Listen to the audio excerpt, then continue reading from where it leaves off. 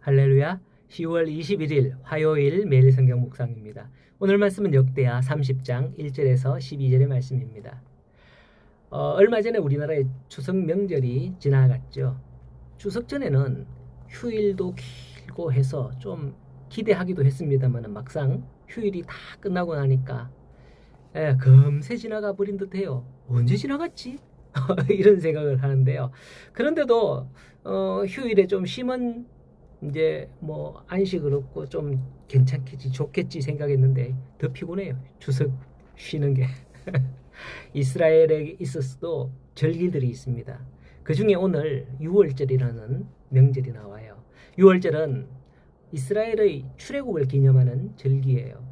그러나 당시 이스라엘이 주로 지켜오던 절기는 1년마다 돌고 도는 어떤 그런 주기적인 그런 명절 있잖아요. 7.7절이나 장막절이나 뭐 이런 거 같은 거, 그죠?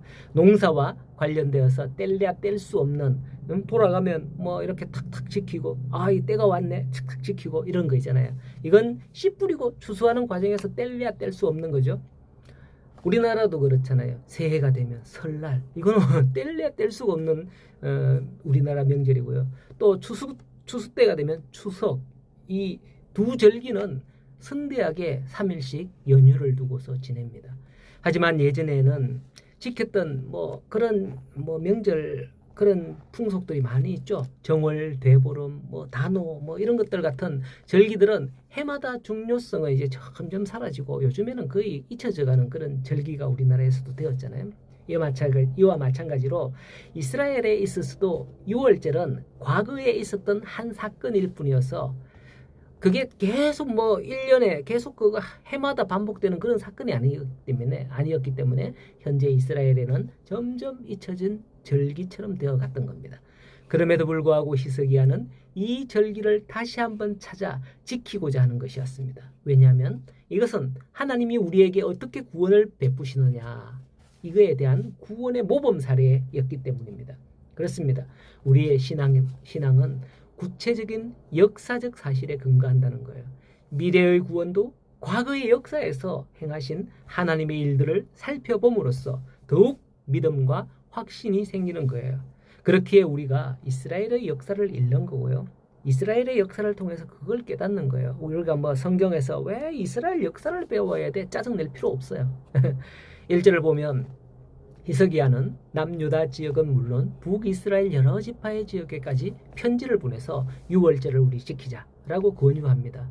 이렇게 북이스라엘 지역에도 히스기야가 편지를 보내 독려할 수 있었던 것은 당시 북이스라엘이 아수르에 의해서 멸망한 상태이기 때문입니다. 북이스라엘은 남유다보다도 대략 120년가량 먼저 아수르에 의해서 멸망을 당하는데요. 그때가 바로 남유다의 히스기야가 왕이 되었을 때인 겁니다. 히스기야는 북이스라엘의 멸망을 보면서 아마도 여호와 하나님을 의지해야 되겠다, 하나님을 믿고 우리 일을 지켜야 되겠다, 이런 생각을 단디 했을 것 같습니다. 그래서 이를 계기로 남유다는 대략 100년 조금 더 100여 년을 더 존속하게 되죠. 앞서 요나 시대에 아수르의 니느웨가 그리 되잖아요. 당장이라도 하나님의 진노의 심판으로 멸망을 해야 할 것지만 요나서를 보면 요나 선지자의 선포를 듣고서 니느웨 사람들이 회개함으로 100년을 더 존속하게 되거든요. 이에 히스기야는 북이스라엘 사람들에게 이제라도 늦지 않았으니 너희가 여호와께 돌아와라, 우리 함께 6월절 지내자, 이러면서 북이스라엘 땅에 각 지파들의 그렇게 편지를 보내게 되는 거죠. 그렇다면 히스기야는 왜 이렇게 6월절에 목숨을 건 것 같을까요? 이건 중요한 의미가 있습니다. 앞에서도 말씀을 드렸듯이 남유다 또한 당시의 강호 아수르에 의해서 풍전등화와 같은 그런 상황인 거예요. 그런데 과거 6월절은 애굽에서 종살이하던 이스라엘을 탈출시키고 해방시키는 그것을 감사하는 절기였지 않습니까?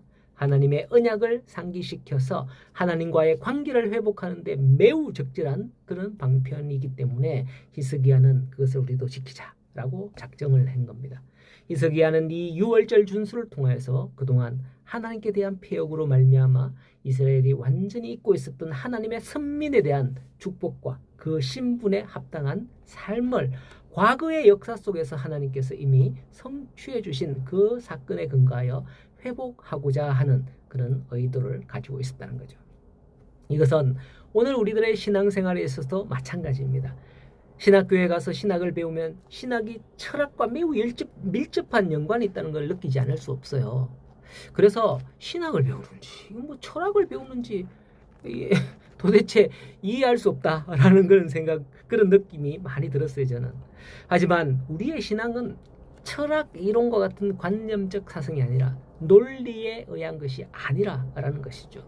만일 우리의 신앙이 철학에 근거한다면 목사를 비롯한 많은 분들은 자리 깔고 앉아야 됩니다. 운명을 봐야 되고 점을 쳐줘야 되죠. 철학관 같은 데서 하는 그런 역할 말이죠. 자, 하지만 우리의 신앙은 구체적인 역사적 사실에 근거한다는 거예요. 그 역사적 사실이 바로 우리에게 주어진 성경이고, 이 성경의 사건들은 우리의 신앙의 초석이 되어서 장차 미래에 관한 약속도 과거에 이루어진 일들을 통해서 반드시 그리 될 것입니다 라고 확신하고 하나님을 믿게 되는 거죠.